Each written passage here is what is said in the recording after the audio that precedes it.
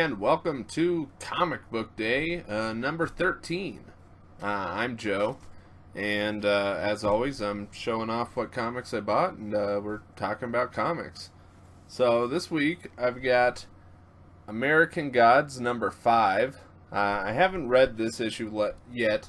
I'm a little bit behind, but not too bad.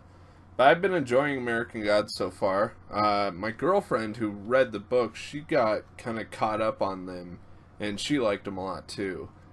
She likes the book a lot too. Neil Gaiman. I think Neil Gaiman is how you say his. I know I've heard it Gaiman and Gaiman, but yeah, I'm not sure really which one's correct. Really, but yeah, she likes Neil Gaiman a lot, and she likes this a lot. Also got Kill or Be Killed, number 10. This is another one that I didn't get to reading so far. But this comic I like a lot. I don't remember if I'm sure I have mentioned it, but at the back of each issue of this, there's a little essay written that's kind of about a different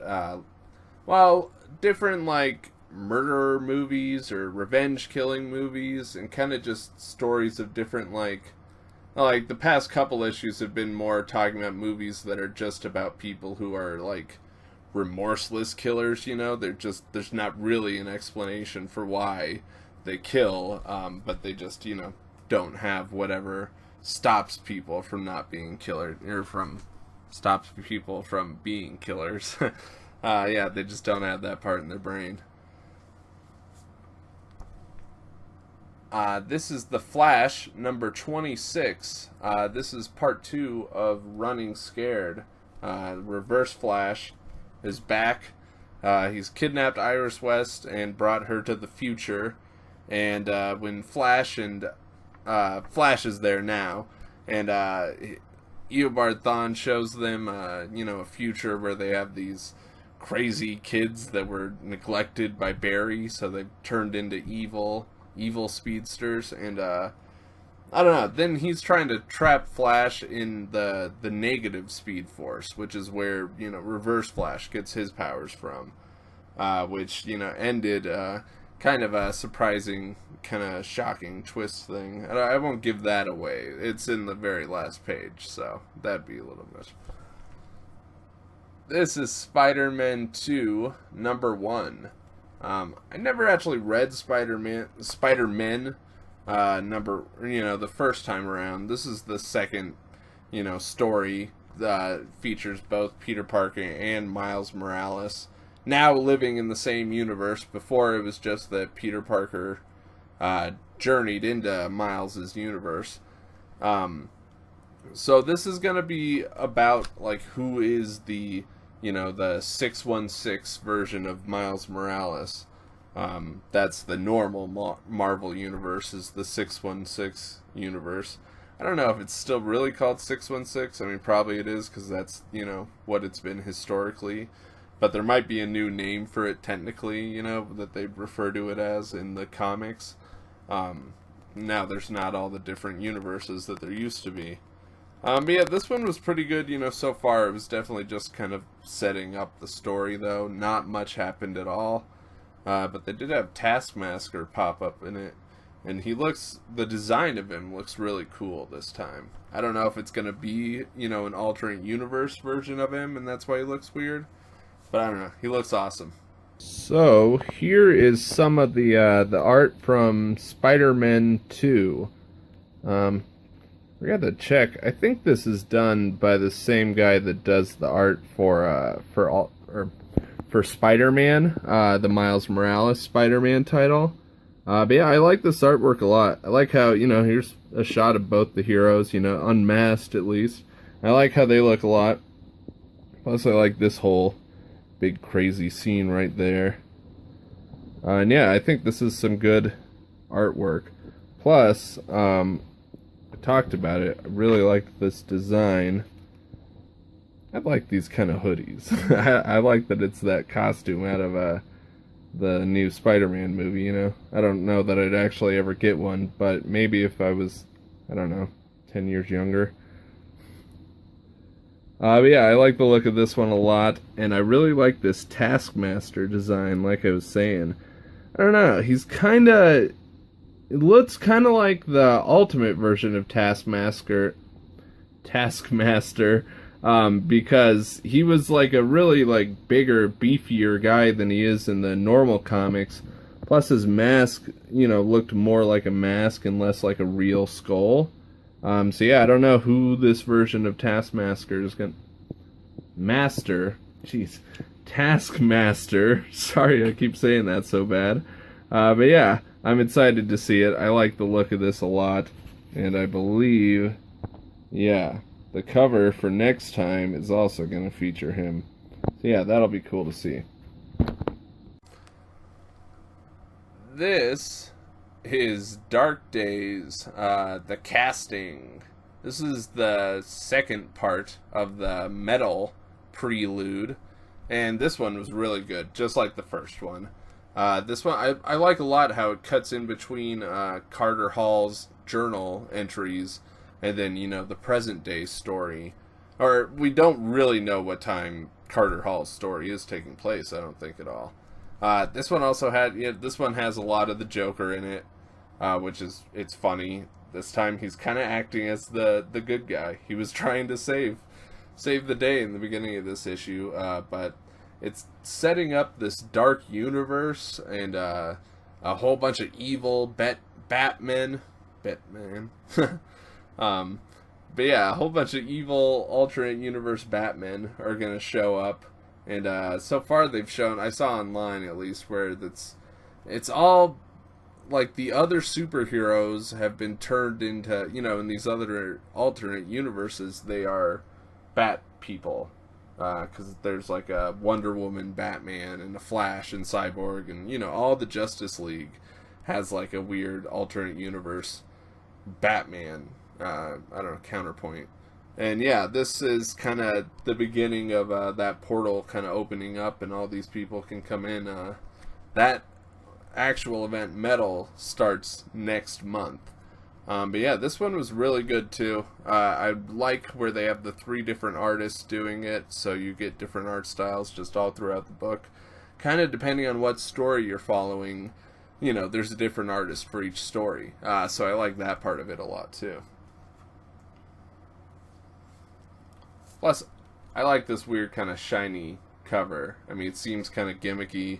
Probably cost me another $1.50 because they did this, but still, I like it. This is The Defenders, number 3. In this issue, you got the Punisher. Not really coming after them. The cover's a little misleading. That happened at the end of the second issue. But this one, you follow the Punisher some. He's going after Diamondback. I keep wanting to say Cottonmouth. They're both the bad guys from the Luke Cage TV show. And even though I really liked, Cottonmouth a lot, and Diamondback was not as exciting, I wish it was Cottonmouth, actually, that they had brought in and turned into a cool character. Last I saw in Power Man and Iron Fist, the comic, Cottonmouth is an old man, actually, in this universe. So, I like the Luke Cage TV, Marvel Cinematic Universe version more. But yeah, I like this comic a lot. And I like all these heroes, though, a lot. And I'm hoping that the Punisher will kind of stick around and cross paths with them at different times.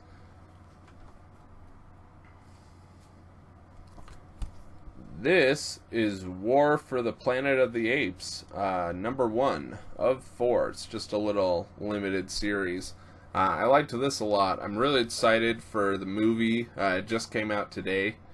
I don't know when I'll get to see it. Probably in another couple days I'll go see it. There's cheap movies on Tuesdays at the Cinemark. I'm sure there's Cinemarks all over the country. I'm pretty sure, at least. So yeah, I think they all have cheap movies on Tuesdays. So I'll go see it then. But I liked this comic. It's a little a prequel kind of comic. It tells a story that takes place 2 years before this movie. So it kind of bridges the gap between the Dawn of the Planet of the Apes and this movie, War. And And yeah, it tells a story. I was reading something online that said that the movie does briefly kind of mention this story, so I'll be interested to see, what I can pick up. Unfortunately, they didn't start this a little sooner, or earlier, I mean, because I think they wanted to put it out right when the movie was going to come out, but it would have been nice to kind of know this story since it takes place before the movie. That way you can see how it's referenced at all. But still, maybe there'll be something I can pick up. Let's take a look inside War for the Planet of the Apes. And I like this art that they have in here. Yeah, I don't know. It has this kind of, the artist Jock kind of does the same thing, where it almost has, like, added, extra coloring on top of the actual, picture. And I like that kind of look. It gives kind of more realistic kind of shading and just different natural kind of lights that fall on people, and different weird colors that really happen in real life. Yeah, this comic was really good. I like this art. I've read a couple other one more that came out before Dawn of the Planet of the Apes, that I think was done by the same artist. So I like that they kind of keep this, at least definitely the similar art style for these different prequel comics. So that was everything from this week. But I did pick up a couple of comics last week. I feel like I have to do this all the time, and pretty much it's because, some of the comics I get are kind of weird, a little more obscure. Renato Jones is going to be probably kind of hard to find. Renato, I guess. But also, I don't know, one of the comic book stores here in town, I just can never get all of the comics that I want. Anytime I go there, there's always one or two that I don't pick up, and that was the case last week. So these are from last week. I have Extremity number 5. I really love Extremity. More and more I am, at least. Especially since, I like these kind of different, crazy, violent fantasy kind of ones that Image will put out, and I really loved Rumble. I think I mention it every time I talk about this, probably, but this is what I'm feeling, since Rumble has been on a break for a long time now, longer than, any other break in between their story arcs, so I don't know what's going on, but yeah, I like this comic a lot. This has quickly become just a comic that I do enjoy. It's not just a replacement comic anymore. Yeah, I haven't read this issue yet. And I've got Jessica Jones number 10. This was a cool kind of graffiti mural variant cover. I couldn't think of the word. But yeah, I haven't read this issue yet either. But I've really been enjoying Jessica Jones, and this is tying into Secret Empire, kind of. So I'm excited to see that. I think I've mentioned before that Jessica Jones was going to tie into Secret Empire, and it keeps not actually happening. So it's been kind of disappointing. She's working with Maria Hill, who is on the run from Captain America, who is, I think in the story, is not yet to be revealed, in Jessica Jones's story. He's not yet revealed to be a Hydra agent.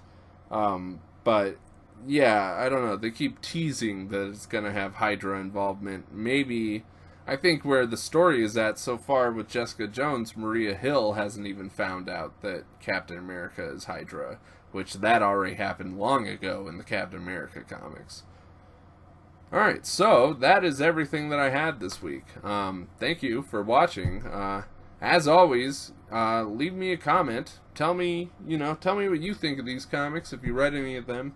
Especially, you can talk about the Dark Days, the casting this time, because I think that's a really great comic.